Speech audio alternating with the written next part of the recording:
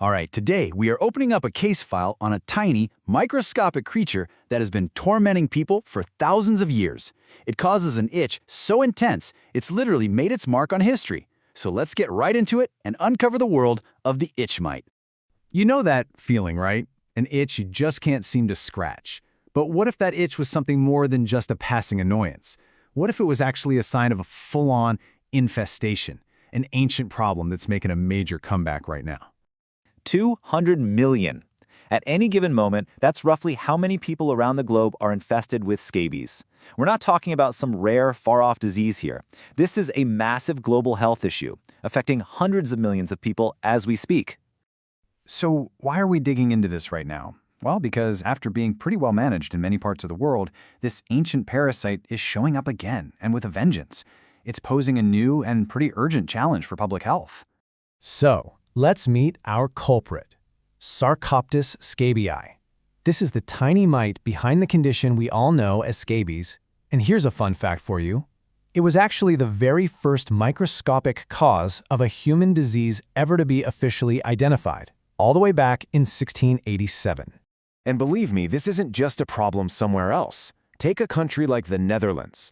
Between 2014 and 2023, cases of scabies shot up by nearly 13 times, especially among young people. It's a perfect and kind of startling example of just how fast this mite can take hold again. Okay, so if we're going to understand this threat, we need to profile it, just like in a detective story. We have to start with its identity. What is this thing really, and where does it fit in the world? You know, sometimes the name tells you everything you need to know. Sarcoptes comes from Greek words meaning flesh cutter, which is exactly what it does when it burrows. And scabiei, that's from the Latin word to scratch, so its name is literally a perfect description of its crime, the flesh cutter that makes you scratch. So here's a key distinction. Where does it operate? Sarcoptes scabies is an ectoparasite. That means it lives on the outside of its host. Or, to be super specific, it burrows just into the very top layer of the skin. It's not like an endoparasite, which would live deep inside your organs or your bloodstream. And what is it exactly? Well, it's not a bacteria, it's not a virus, and it's not a simple single-celled thing like a protozoan. No, the itch mite is a metazoan, which means it's a complex, multicellular animal. Here's its full biological address, if you will. It's in the animal kingdom, it's an arthropod, but here's the kicker. Its class is Arachnida. Yep, that's right. This tiny creature causing all this trouble is a very, very small relative of spiders and ticks. Okay, so we know what it is. Now let's get into its modus operandi. How does this tiny arachnid manage to live, reproduce, and spread so effectively, all while living right underneath our skin? The whole process is really kind of fascinating, in a creepy way. It all begins when a pregnant female mite finds a nice spot on your skin and starts to dig.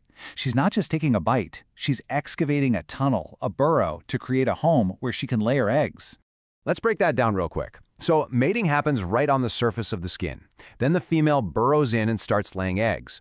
After just a few days, those eggs hatch into larvae. The larvae then molt, become nymphs, and finally mature into adults, and the whole cycle is ready to start all over again, entirely within the host's skin. So, how do you get it?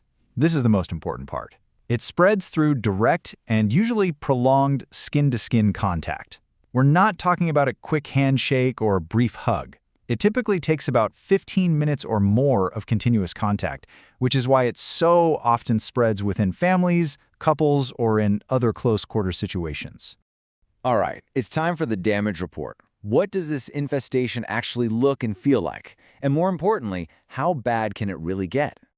The number one classic symptom is an itch that is just relentless. It's incredibly intense, and for whatever reason, it gets so much worse at night. Along with the itching, you get a rash that looks a lot like pimples. And if you look really, really closely, you might even spot the tiny, discolored lines of the burrows themselves. They love to show up in places like between your fingers, on your wrists, and on your elbows. But here's the thing. The severity can be worlds apart. In a healthy person with a normal immune system, you might be dealing with, say, a dozen or so mites. But in someone who is immunocompromised, it can develop into something called crusted scabies. And this is a whole different ballgame. The skin develops these thick crusts that are filled with millions of mites, making that person incredibly contagious. So, with this tiny invader burrowing away, How did doctors actually confirm it's scabies, and what countermeasures do we have to fight back? Well, the gold standard for diagnosis is pretty direct. A doctor will take a tiny scraping of skin from one of the suspected burrows and look at it under a microscope. They're searching for the smoking gun, the mite itself, its eggs, or even its feces. And for those really tricky cases, newer tools like molecular and antibody tests are starting to come online. Now, when it comes to treatment, what's really interesting is how aligned the strategies are. Globally, and in a specific system like the one in the Netherlands, the go-to treatments are the same, either a cream called permethrin or an oral pill ivermectin. The key for both is the 2-dose plan. You take 1 dose and then another one a week or 2 later to kill any mites that have hatched in the meantime. And you can see how seriously the Dutch public health system is taking this. They even made sure the treatment is covered by basic insurance. Beating this isn't just about giving medicine to one person. It's about a much bigger public health strategy. So what does the future of our battle against this ancient enemy actually look like? The most important thing to remember is that you have to go beyond just the patient. To really break the cycle of infection, the person with scabies and all of their close contacts have to be treated at the exact same time. And then there's the environmental cleanup. All bedding, clothes, and towels need a hot water wash. Anything that you can't wash has to be sealed up in a plastic bag for several days until any stray mites have died off. And this really puts the global significance into perspective. For a long time, even though it's so common, scabies was kind of overlooked. But now, the World Health Organization has officially designated it a neglected tropical disease. That's a huge deal, because it hopefully means more attention, more funding, and more resources are coming to help fight it. Just so you know, we compiled all the research for this explainer using a Gemini deep search. If you want to go even deeper into the studies and the public health reports, we've put a complete list of all our sources in the Notebook LM document, which you can find linked down in the description. If you want to stay up to date on important public health issues like this, please go ahead and subscribe to the channel. We'd also love to hear what you think in the comments below. Your feedback really does help us figure out what to cover next. So we'll leave you with this one last question to think about. Sarcoptes scabiei has been in an evolutionary arms race with us for thousands of years. And now, we're starting to see the very first signs that it might be developing resistance to our best treatments.